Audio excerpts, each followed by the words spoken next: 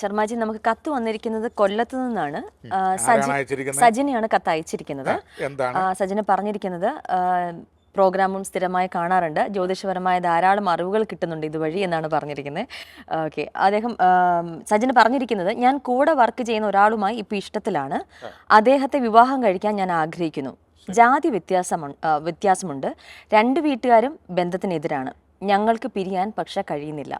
എല്ലാവരുടെയും സമ്മതത്തോടെ വിവാഹം നടത്താൻ വേണ്ട പരിഹാരങ്ങൾ നിർദ്ദേശിക്കാമോ എന്നാണ് സജ്ജന ചോദിച്ചിരിക്കുന്നത്. കാലഘട്ടങ്ങൾ ഏതായിരുന്നാലും മതവും ജാതിയും പ്രായവും സംസ്കാരവും ഡിഗ്രിയും ജോലിയും സൗന്ദര്യവും കുറേയൊക്കെ എപ്പോഴും നോക്കുന്നുണ്ട് അല്ലേ? അപ്പം എന്തായിരുന്നാലും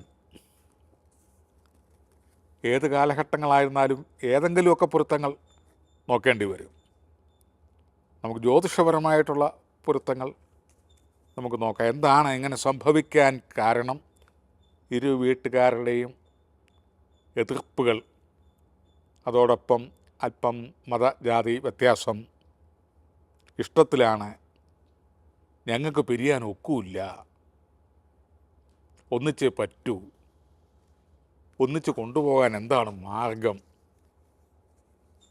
എന്നുള്ള ഒരു ആവലാതിയും വേവലാതിയും കൂടെ ഒരു ക്യാപ്സൂൾ രൂപത്തിൽ വന്നിരിക്കുന്ന കത്താണ്.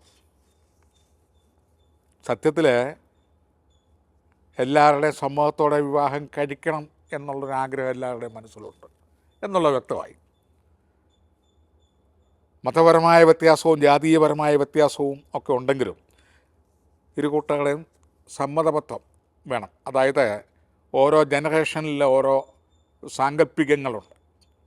10-50 വർഷങ്ങൾക്ക് മുമ്പ് ഒക്കെ ഉള്ളത്, അല്ലെ 100 വർഷങ്ങൾക്ക് മുമ്പ്, അല്ലെ 40 വർഷങ്ങൾക്ക് മുമ്പൊക്കെ ഉള്ള ജാതിയും മതത്തിലുമൊക്കെ കുറച്ച് വിശ്വസിച്ച് അതിന് പ്രകാരം തന്നെ വേണം വിവാഹവും ജീവിതവും എന്നൊക്കെ ഉറപ്പിച്ച് വിശ്വസിക്കുന്നവരും പണ്ട് മുതൽ തന്നെ കുറച്ചൊക്കെ വ്യത്യാസത്തിലൊക്കെ കണ്ടുവരുന്നുണ്ടെങ്കിലും ഇപ്പോൾ ഇത് സർവ്വസാധാരണമായിരിക്കവേ എന്നാലും വീട്ടുകാരുടെ എല്ലാം വ്യത്യസ്തങ്ങളായ അഭിരുചികളായിരിക്കും.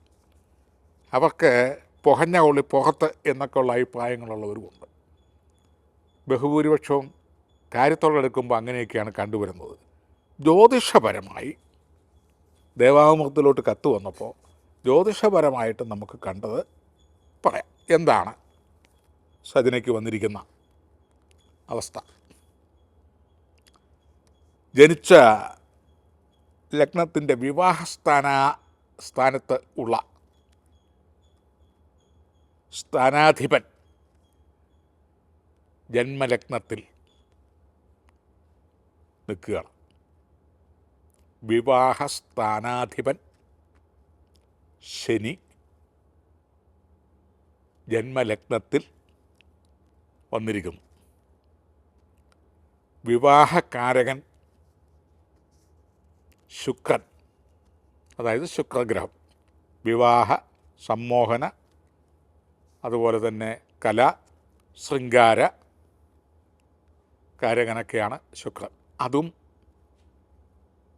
ലഗ്നത്തിൽ നിൽക്കുന്നു. പ്രാണപിതൃകാരകൻ സൂര്യൻ, പ്രാണൻ്റെയും പിതാവിൻ്റെയും ആത്മകാരകൻ. അതുപോലെ തന്നെ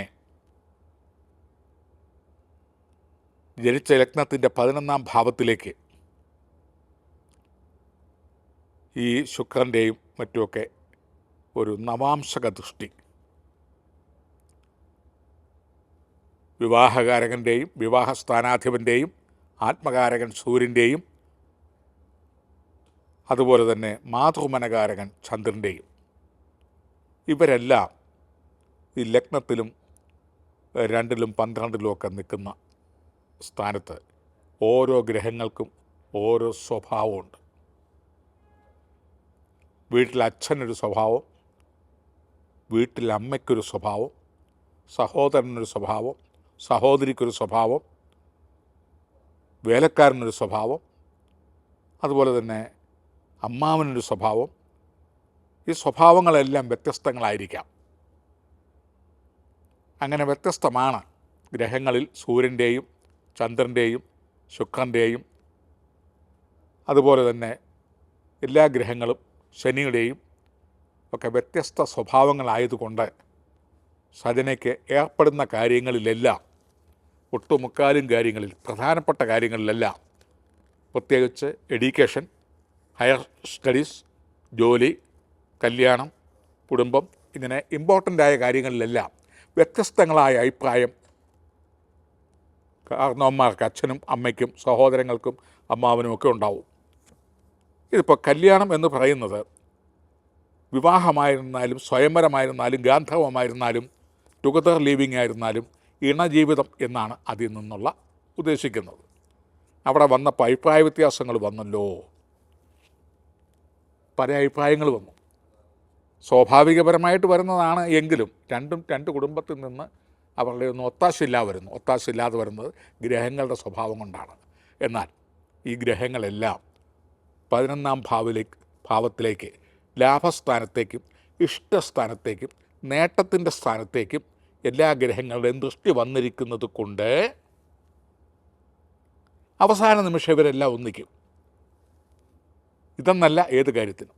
അപ്പോൾ സജനയ്ക്ക് വിവാഹ സമയമാകുമ്പോൾ രണ്ട് വീട്ടുകാരുടെയും ഒത്താശയോടുകൂടി സമംഗളം വിവാഹം നടക്കും എന്ന് കാണുന്നുണ്ട്. അത് പ്രത്യേകിച്ച് 2025 മെയ് 14 മുതൽ വ്യാഴഗ്രഹത്തിൻ്റെ സപ്തമസ്ഥാനത്തേക്കുള്ള പ്രവേശനം, അതായത് മൂലം നക്ഷത്രം, പൂരാടം നക്ഷത്രം, ഉത്രാടത്തിൻ്റെ ആദ്യ പാദം, ഈ 2.25 നക്ഷത്രം, സപ്തമ വ്യാഴം ചാരവശാൽ, അതായത് വാർഷിക ഫലം അനുസരിച്ച് എടുക്കാൻ പോവുകയാണ്.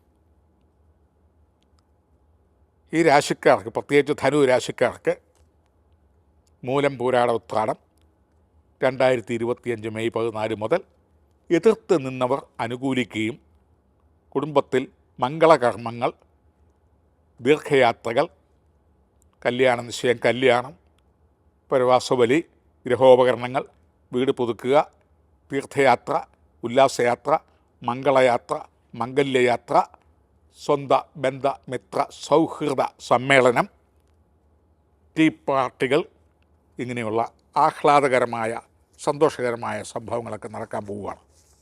ഈ ഗ്രഹങ്ങളിങ്ങനെ പലതായിട്ട് ഒക്കെ വ്യത്യസ്ത അഭിപ്രായങ്ങളുണ്ടെങ്കിലും അവസാനം അവർ ഏകോപിച്ച് നമ്മുടെ കൊച്ചിൻ്റെ കല്യാണമല്ലേ, നമ്മളെല്ലാം കൂടെ സഹകരിച്ചില്ലെങ്കിൽ ഇന്നത്തെ കാലസ്ഥിതിയല്ലേ, വല്ല കടുങ്കൈ വല്ലതും ചെയ്തു പോയെങ്കിലോ എന്നുള്ള രീതിയിൽ അവരെല്ലാം കൂടെ ഒക്കും. ബാക്കി സജനയുടെ കയ്യിലാണ് കാര്യങ്ങൾ. ഈ പിണങ്ങി നിൽക്കുന്നവരെയും വെറുത്ത് നിൽക്കുന്നവരെയൊക്കെ ഒന്ന് അനുകൂലിപ്പിക്കുകയും സജനയും ഭർത്താവും കൂടെ നല്ല രീതിയിലൊക്കെ ഒന്ന് പെരുമാറി ഇവിടെ ജാതിക്കും മതത്തിനും മറ്റുള്ളതിന് അതീതമായി മനുഷ്യബന്ധങ്ങൾ അല്ലെങ്കിൽ സ്നേഹബന്ധങ്ങൾ ദൃഢമാക്കി കൊണ്ടുപോകാം എന്നൊരൊറ്റ വിശ്വാസവും കൂടെ അതിനനുസരിച്ച് പെരുമാറുകയും മനസ്സ് പാകപ്പെടുത്തുകയും കൂടെ ചെയ്താൽ ഈ ഗ്രഹനിലപ്രകാരം വരുന്ന മെയ് മാസത്തിന് ശേഷം 2026 മെയ്ക്കുള്ളേ സമംഗളം വിവാഹം നടക്കും.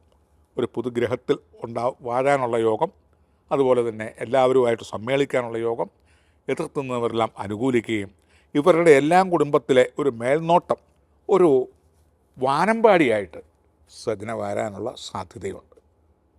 പിന്നെ എല്ലാവരുടെ ഒത്തൊരുമിച്ച് പോകാൻ പറ്റുമെങ്കിൽ, സാഹചര്യം ഉണ്ടെങ്കിൽ, സന്മനസ്സുണ്ടെങ്കിൽ പേരും നക്ഷത്രവും സജനയുടെയും ഭർത്താവായി വരുന്ന ആളിൻ്റെയും ചേർത്ത് നവഗ്രഹ പൂജ മുതലായത് 18 ചെയ്യുക. ഏറെക്കുറെ ഓങ്ങും ഒച്ചെല്ലാം കൂടെ ഒരുപോലെ വരും. ഏതായിരുന്നാലും ഒന്നിക്കും എന്ന് കാണുന്നുണ്ട്. എന്നാൽ പിന്നെ അത് കഴിവതും വേഗം ഒന്നിച്ചൂടെ ഈ പറഞ്ഞ നവഗ്രഹപ്രീതി വരുത്തുക. 2025 മെയ് 14 ശേഷം 26 മെയ്ക്കുള്ളിലായി സജനയുടെ കല്യാണം എല്ലാവരും രണ്ട് വീട്ടുകാരും സഹകരിച്ച് കുറേ കൂടി ആർഭാടകരമായി നടക്കും. പിന്നീട് സജനയുടെ കയ്യിലാണ് ഇവരുടെ എല്ലാം മാനസികാവസ്ഥകളും ഐക്യവും സന്തോഷവും. അതിനെല്ലാം നല്ല രീതിയിൽ പെരുമാറാൻ പഠിക്കണം. എല്ലാവരെയും മുന്നോട്ട് കൊണ്ടുപോകാൻ പുതിയ പെണ്ണുങ്ങൾ തയ്യാറാവണം. നന്ദി, നമസ്കാരം. നന്ദി ശർമ്മജി.